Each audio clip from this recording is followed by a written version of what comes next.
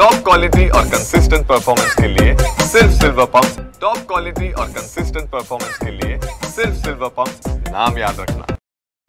10:15 वाजता चोपडा शहरामध्ये एका लग्नाच्या कार्यक्रमामध्ये एकांनी एका मुलावरती गोळीबार केलेला आहे। याचा मागचा इतिहास असा आहे, अविनाश वाघ म्हणून हे मुलगा पुण्यात राहणार आहे आणि तृप्ती वाघ म्हणून ह्या मुलींसोबत लग्न केलं होतं 1 वर्षापूर्वी आणि दोन्ही लग्न करून पुण्यात राहायला गेले होते आणि या लग्नाला मुलींचा वडिलांना विरोध होता आणि तेव्हापासून त्यांचा विरोध चालूच होता आणि आज ही मुलांचं नातेवाईकांचं त्या लग्न असल्यामुळे हा मुलगा अविनाश आणि तृप्ती दोघा इथं चोपडा शहरामध्ये आल्या होत्या।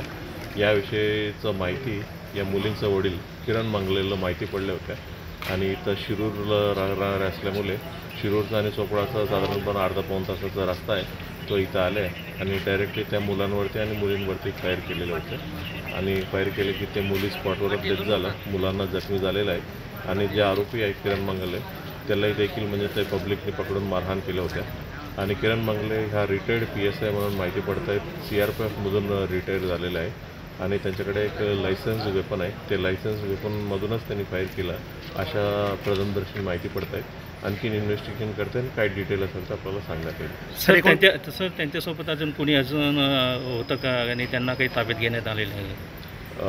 आता फायर केलेल्या ठिकाणी त्यांच्यासोबत कोणी नव्हत्या असं माहिती आहे, म्हणजे अजून कोणी आहे का, कोणी मदत केली का या विषयावर आम्ही तपास करून जरी अजून कोणी निष्पन्न झालं त्यांना देखील म्हणजे आम्ही कारवाई करणार आहे, अटकेची कारवाई।